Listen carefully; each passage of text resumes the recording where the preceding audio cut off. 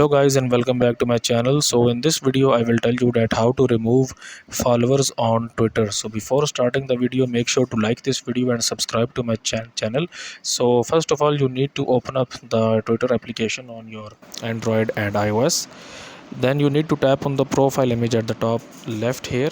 Then again tap on your profile image and this will open up your Twitter profile, and then tap on your followers list here basically.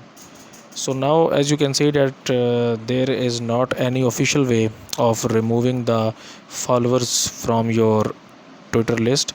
So what you're gonna have to do basically, let's suppose that if I want to remove this person from my followers list, so I have to block this account. So I will open up their profile and then I will tap on the three dots at the top right here, and then I will tap on block. And now when I tap on this block option here, then this person will be removed from my followers list because I have blocked this account, and he will not be able to basically see my content again. So that's it for this video guys. If you find it useful, kindly like this video and subscribe to my channel, and I will meet you in the next video.